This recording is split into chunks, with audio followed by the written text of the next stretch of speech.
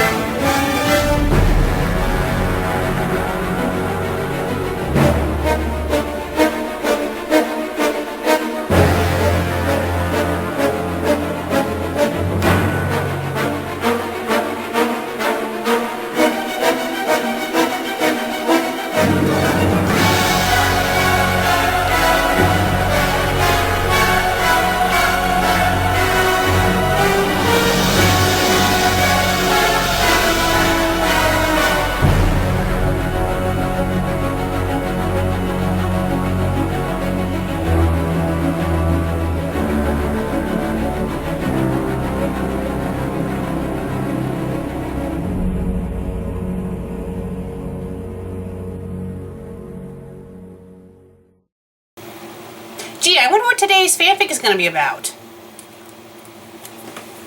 Pokemon!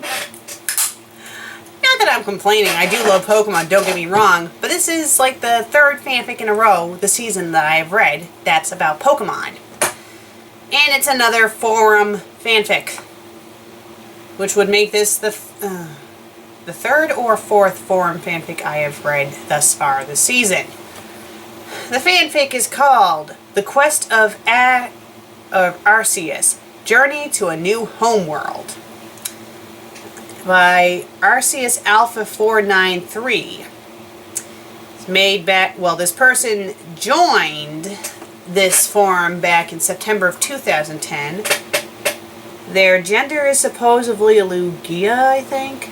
Their location is the Hall of Origin. They've had 543 posts and 5 blog entries. This is a 5-chapter story. I'm going to read the entirety. I'll just have to scroll down for the next chapters because of how they did this. So, let's get started. This is the summary of my story. The Pokemon world is dying. Will Arceus and his fellow legendaries make it to their new homeworld alive? Shouldn't that have a question mark and not a period?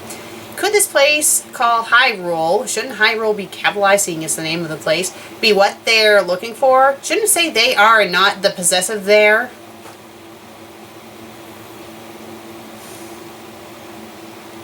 And shouldn't it also end with a question mark? This is going to be painful. Very, very painful. And yes, it's safe to assume that this is supposed to be a crossover with The Legend of Zelda.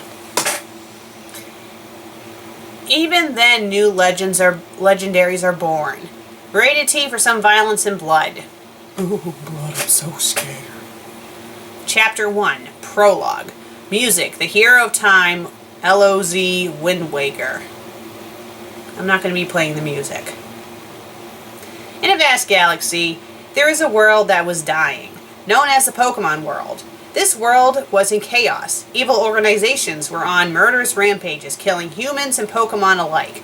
The regions of this world, from Kanto to Sinnoh, or the proper pronunciation for Kanto is apparently Kanto, but I'm so used to calling it Kanto. Oh, you know what? I'm not going to pull an NC. I'm actually going to pronounce it right. Kanto to Sinnoh were now barren and desolate. Corpses of people and Pokemon alike littered the lands. People in this world prayed that Arceus, the god of the Pokemon, would bring salvation to them, but Arceus was unable to help, for he feared that the evil organizations would try and control or even kill him. My god, you're a fucking Pokemon god. I think you can handle a few rocket grunts.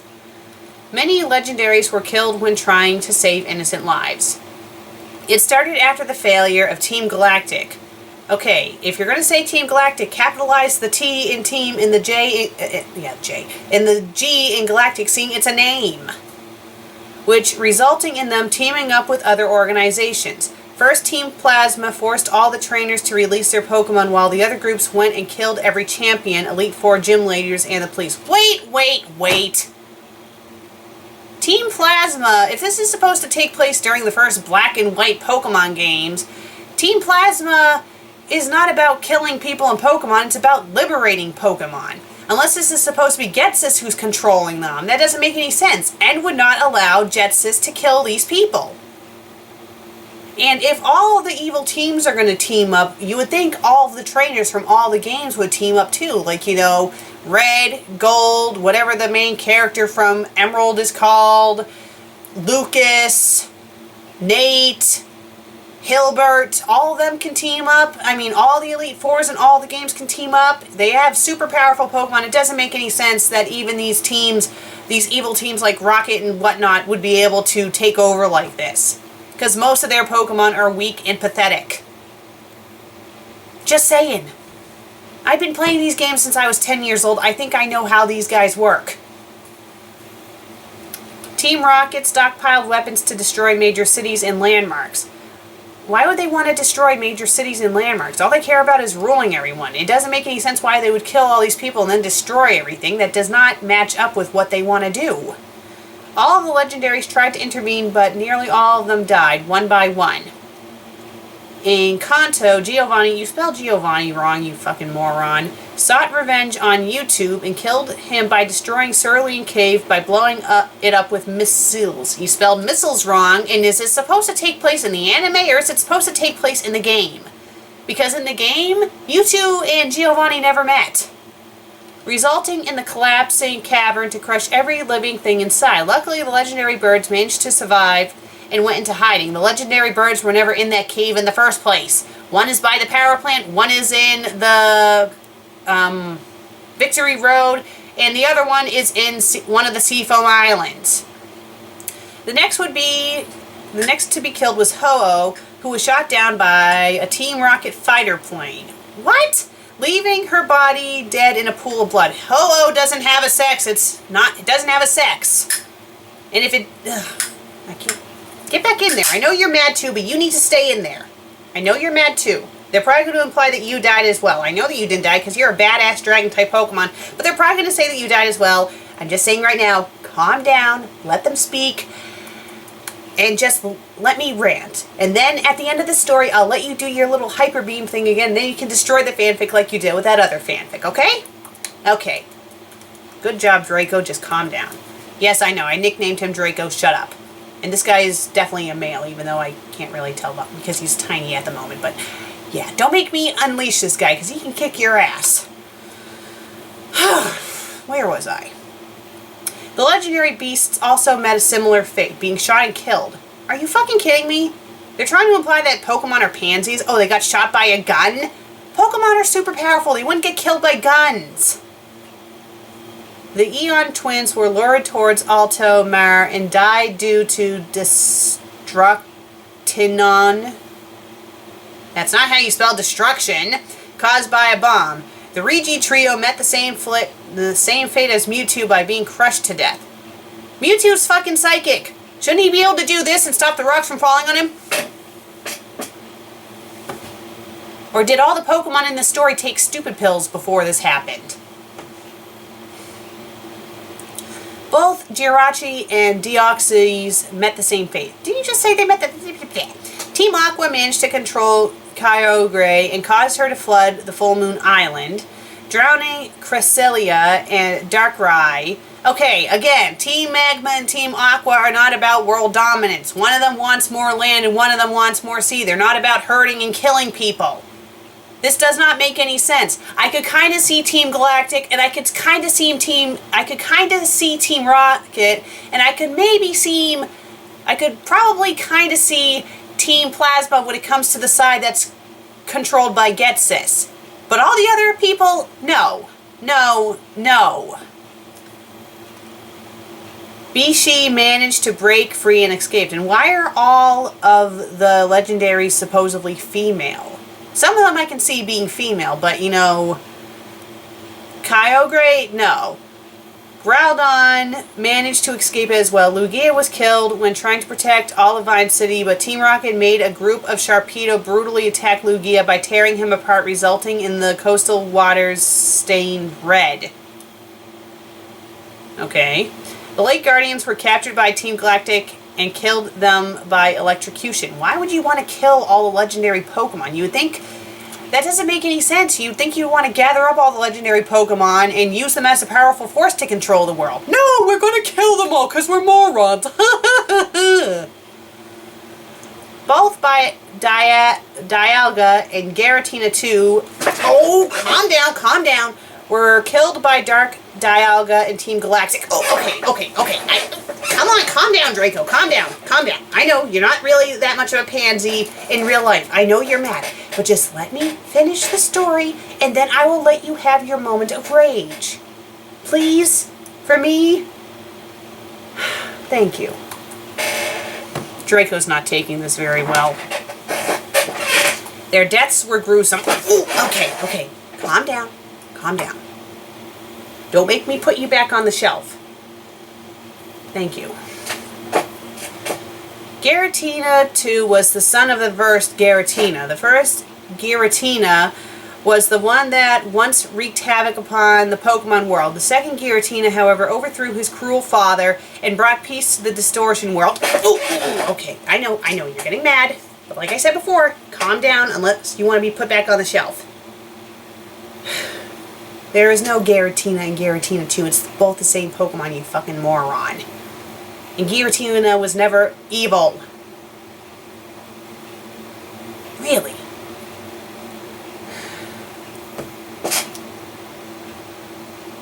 The original one, Arceus, felt sad and hurt and knew that there was no hope for his world.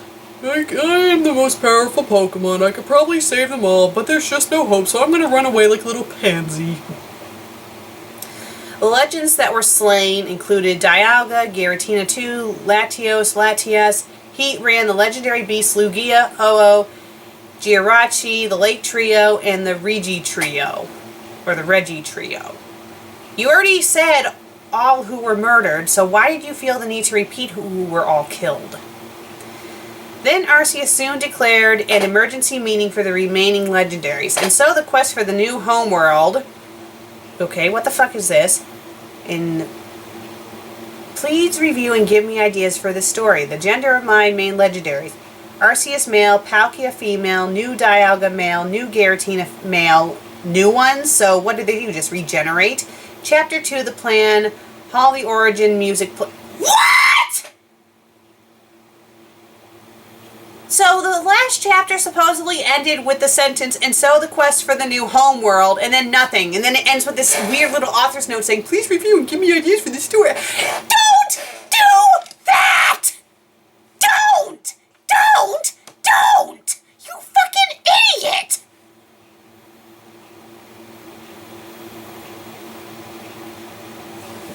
What was that? Uh-huh. Yeah, you're right. By the way, Draco here says that you're an idiot too. Let's read Chapter 2. Chapter 2, the plan, Hall of Origin music plays. It was a rather busy time at the Hall of Origin, which consists of a throne room, place where Arceus holds his meetings. Because Pokemon have throne rooms! My God! Bedrooms specific for all the legendaries, including himself. Pokemon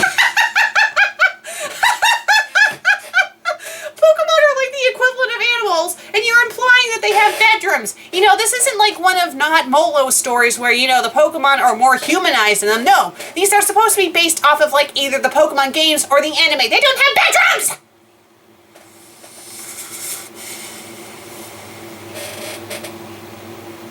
Bedroom specific for all the legendaries, including himself. A nursery and an infirmary. Since when do they need... The floors are covered. Stop switching between past tense and present tense. My God! The floors were covered with white marble with golden markings. Walls are... Don't you mean whatever, decorated white and gold with majestic pillars perfectly aligned to the halls. What am I going to do? Said Arceus. Don't you mean asked Arceus? The equine-like being who created the Pokemon world. Soon Arceus let out a mighty roar. All legendaries report for an urgent meeting! First to arrive was the spatial Pokemon Palkia, who was saddened by news of the death of her siblings Dialga and Giratina too. The next few legendaries to arrive were Rayquaza, Groudon, and Kyogre. Mew and Celebi followed behind the larger legendaries. Finally, the last to arrive was the trio Articuno, Moltres, and Zapdos.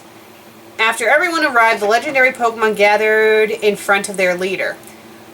Arceus soon told the legendaries of the situation at hand. Arceus said, I am sure you all know that we have lost so many of our comrades, including Dialga and Giratina too. After hearing this, the legendaries gasped in shock. After hearing the news, Palkia broke down and cried loudly in sadness. The other legends tried to comfort the spatial deity, but to no avail. To make matters worse, Groudon and Kyogre started firing attacks at each other. Why? This caused our chain reaction, not our chain reaction, you freaking illiterate dumbass.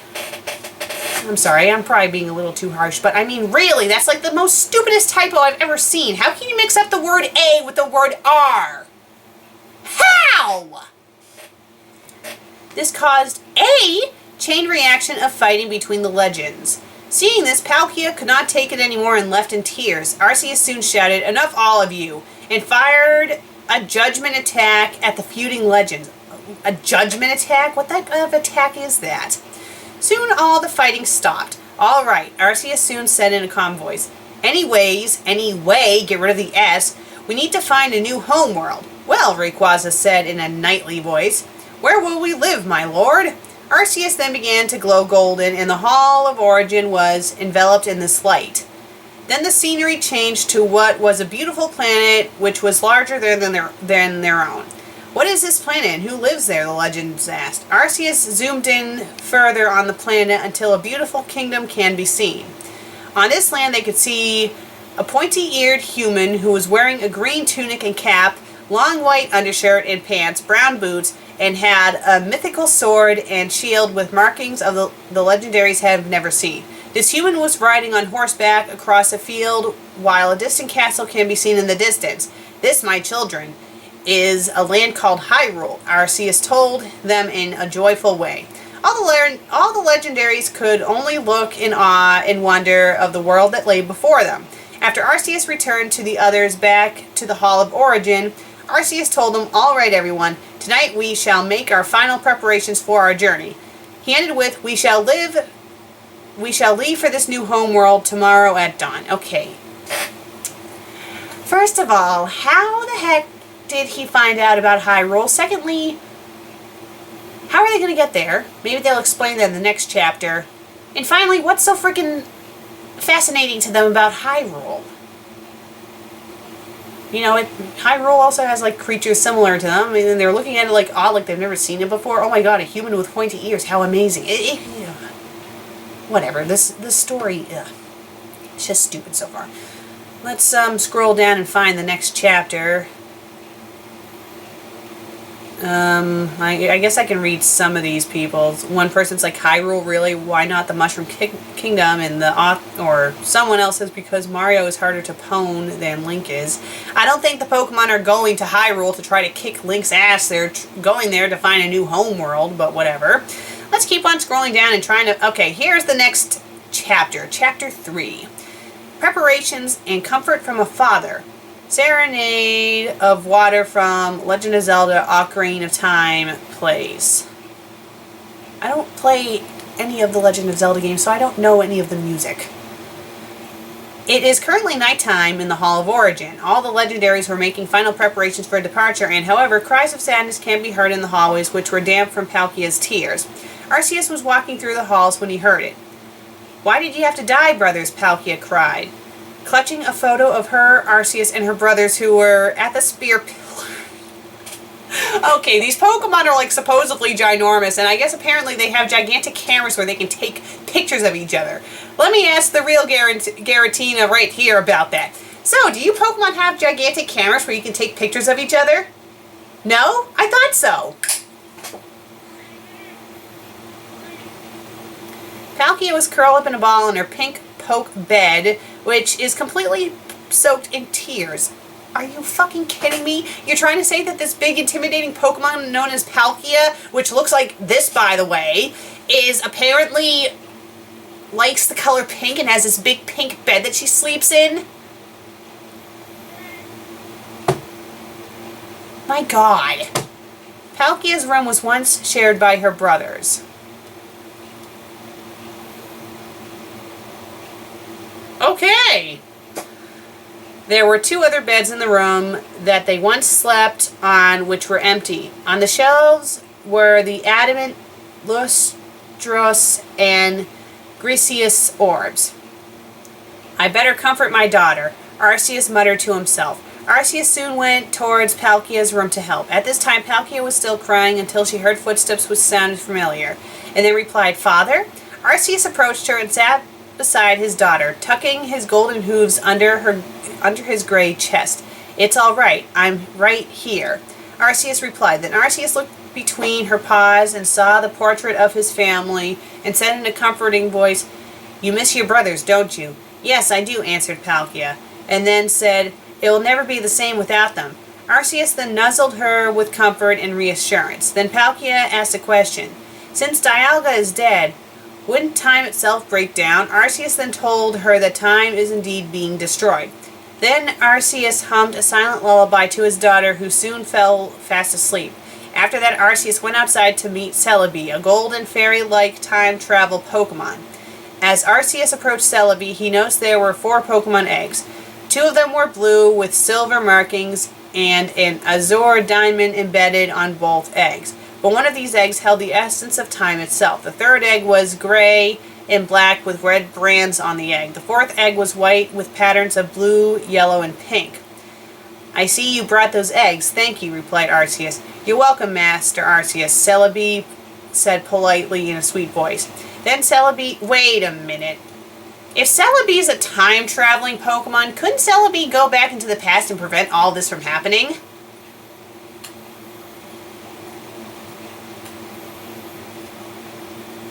Well... Celebi noticed that Arceus' fur was wet and said, "Is something wrong, Arceus? And did something happen to Lady Palkia?" She said, "Don't you mean she asked? Don't make me pull a Susan on you guys, because I will." Arceus then answered, "Well, Palkia is saddened at the loss of her brothers who were slain." Celebi replied, "Oh, I'm sorry to hear that. I hope she feels better soon." Don't you mean feels? And shouldn't the dialogue all be separated in different lines, seeing different people are speaking at this point? Then Celebi told Arceus about the Pokemon eggs she found, and then said, "What should we do about these eggs, Arceus?" Where's the question mark? Use a question mark if you're asking a question! Celebi, "I would like you to take these eggs to the nursery in the Hall of Origin for me," replied Arceus. Then Arceus asked Celebi, "After you finished, will you take the egg of the Lake Trio to Hyrule and let the people there know that I, Arceus, will be arriving soon?" Then Arceus explained to her the directions to the planet that has Hyrule and the things she must do when she gets there. How did he find out about Hyrule in the first place? Show, don't tell, my God! After hearing this, Celebi answered, "I will do it, and I won't fail you, Master Arceus." After Celebi took the eggs to the nursery, she then departed for Hyrule.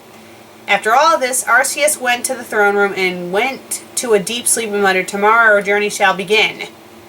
Chapter 4, Departure and a Stowaway. As dawn approached the Hall of Origin, Arceus was ready to depart. Then Arceus shouted in a booming voice, "Attention all legendaries, we will now be departing." Soon the Hall of Origin began to transform and started to detach itself from the spear pillar. BGM Metro start... I don't care what music is playing! Maybe I don't want to listen to this music while I'm reading this fanfic. Maybe I want to listen to Bon Jovi or R.E.M. or even country or something. Stop saying certain music is playing! We don't need that in there. We don't need that in there. That doesn't make your story epic. It doesn't make it epic at all. So knock it off! Stop it! Stop it! Stop it!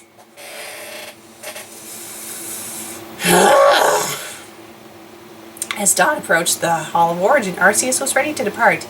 Then Arceus shouted in a booming voice... Oh wait, I already read that, sorry. Meanwhile, a red lizard-like Pokemon called Groudon, who was female... You already said that the Pokemon was female in the beginning of your fucking story, so you don't need to repeat that the Pokemon is female!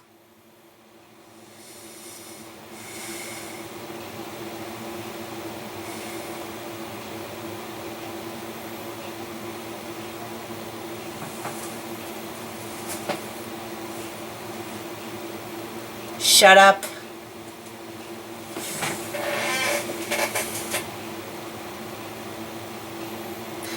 Was trying to get to the Hall of Origin before it was too late.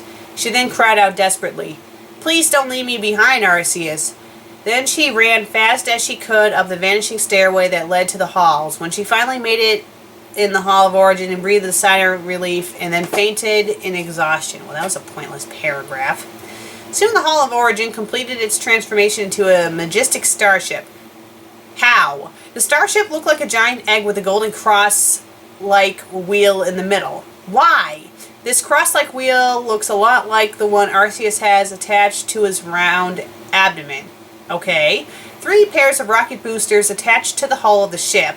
16 crystals resembling Arceus' life plates embedded round the part of the starship bow, and 2 pairs of metallic angel-like wings on the side of the ship. The name of the starship was the Alpha Star. How stupid. And I'm sorry, if this Pokemon had the power to create a huge starship like this, why can't he create a whole bunch of ships to destroy the humans that are destroying his land? No, instead we're just going to run tail and go to another place. Because we're idiots. At this time, Groudon was wandering the halls until she saw a female Groudon. Wait, what? At this time, Groudon was wandering the halls until he saw a female Groudon. So are there supposed to be more than one Groudon? From my understanding, when it comes to legendary Pokemon, there's only one of each one. I'm confused. Oh, whatever. A female Groudon unconscious near the entrance of the Hall of Origin, and then yelled in a panicked tone, "Arceus, someone has collapsed at the entrance." Arceus soon heard this and rushed to where Groudon is to help. After getting there, Groudon explained to Arceus as to what happened. Then they took the Pokemon to the infirmary. After that, the starship soon left the Pokemon world, heading for its destination, Hyrule. But before leaving, Arceus hovered near the dying planet and spoke in a sad voice, "Farewell, my beloved world and children who live there." Yeah, so you're going to abandon all the survivors who are there, so then they can all die! I mean, what a dick! You have the power to stop all this from happening, but you're too afraid because you don't think it's going to be enough. So instead, you're just going to take all the legendaries and leave. You're not even going to bother to try to save the surviving humans or the surviving Pokemon. You're just going to save yourself. Fuck you, fuck you, fuck you very, very much. You're a stupid douchebag who doesn't care about the others in trouble. Da-da-da-da, fuck you very, very much. You deserve to be shot in the fucking head and then shoved off a cliff. But Arceus soon glowed golden and transformed the planet into a small gold sphere. Okay. Revealing more stars and empty space where the planet once was.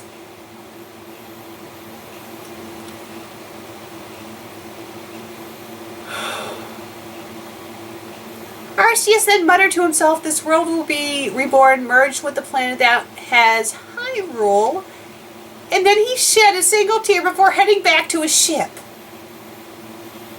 Ah! What the fuck? What the... He had the power to do this, and he's gonna merge it with the Hyrule,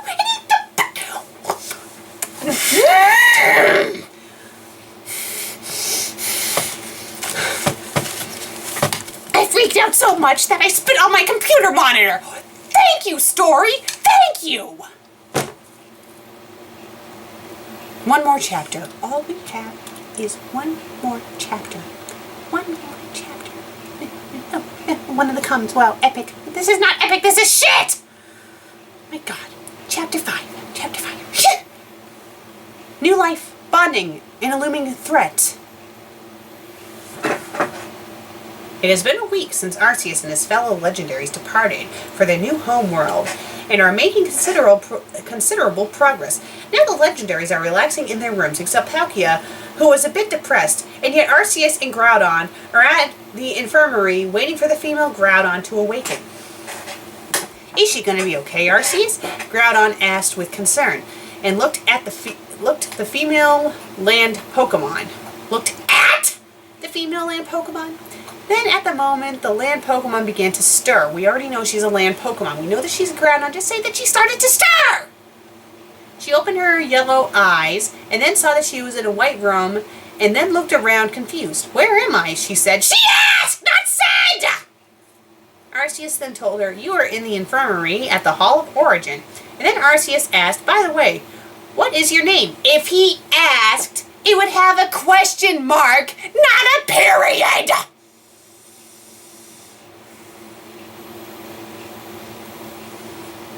Here, take a look at this clip from when Susan decided to hijack my show that one time. Well said, Susan. Well said. What? I'm talking to the you in the past. I just used a clip from that episode where you decided to tie me up and review a fanfic and then you flipped out because they weren't using question marks. Okay, bye. Alright. Okay, back to the story. The Groudon then answered shyly. My name is Devin.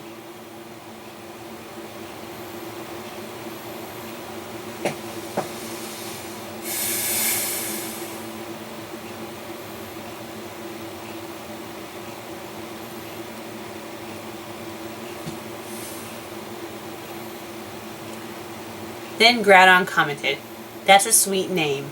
Devin then blushed. Isn't that a boy's name? Oh, whatever. Thank you, that's so kind of you. Then Devin asked Arceus a question. Where is this ship heading anyway? Arceus then answered, we are heading towards Hyrule, our new homeworld. Arceus then explained, don't you mean then? Explained to Devin about the situation where they were in and the events that have happened so far. Wouldn't Devin already know about this, seeing the planet is in chaos anyway? Later it seemed that Devin is in love with Groudon.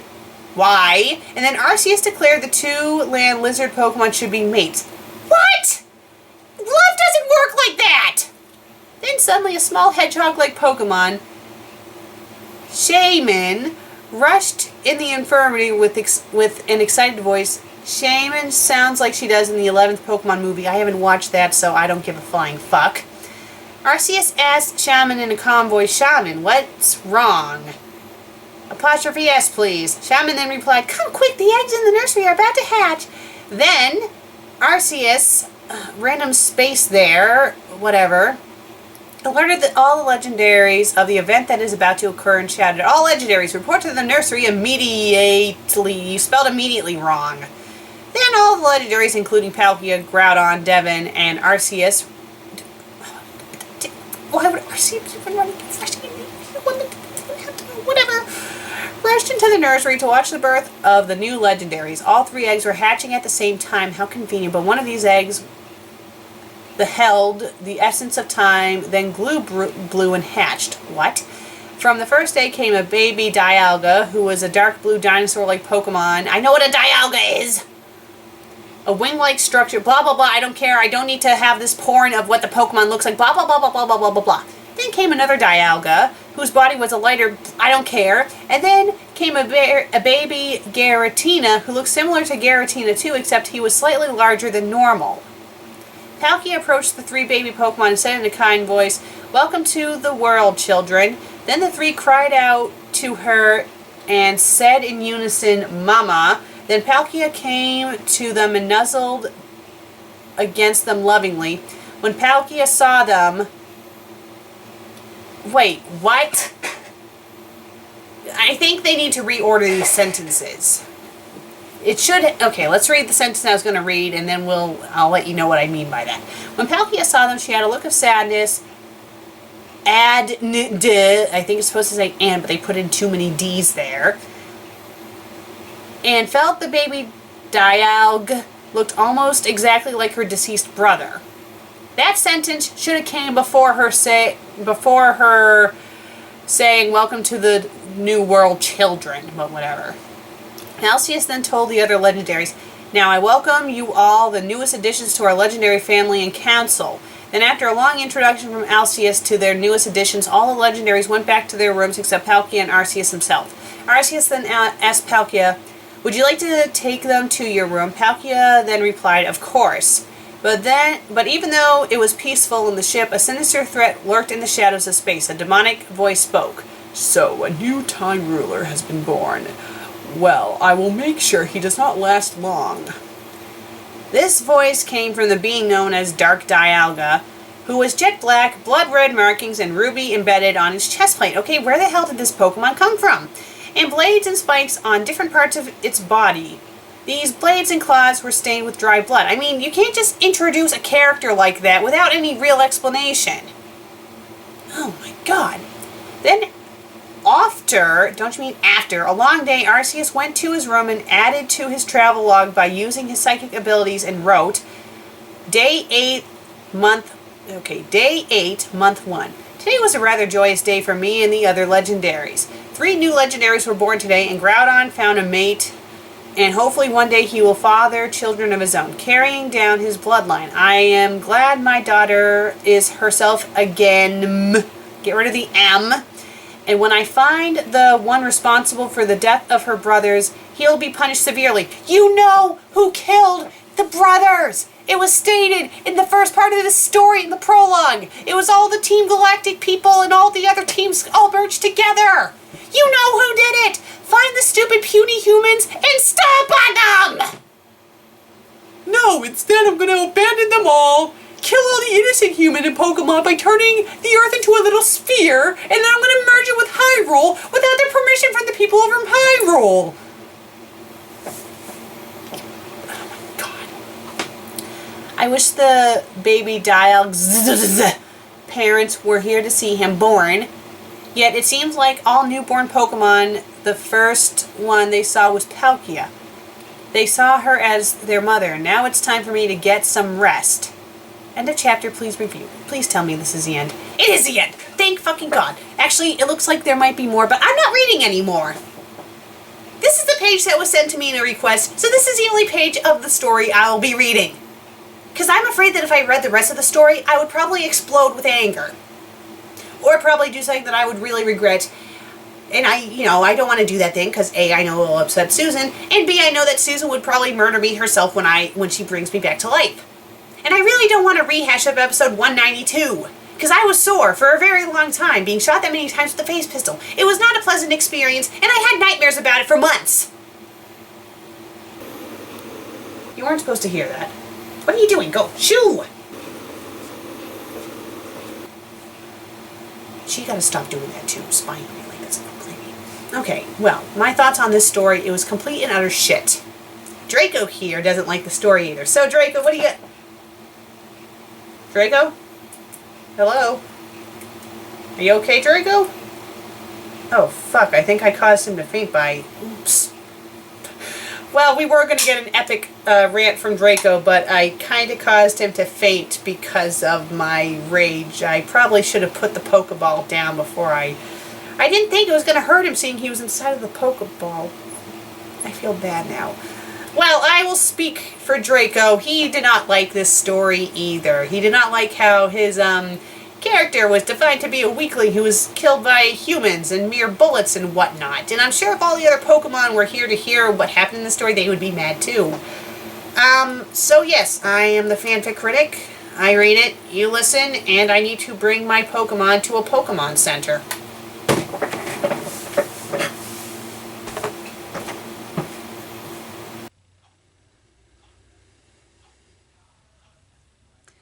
Did not realize I showed up in this episode.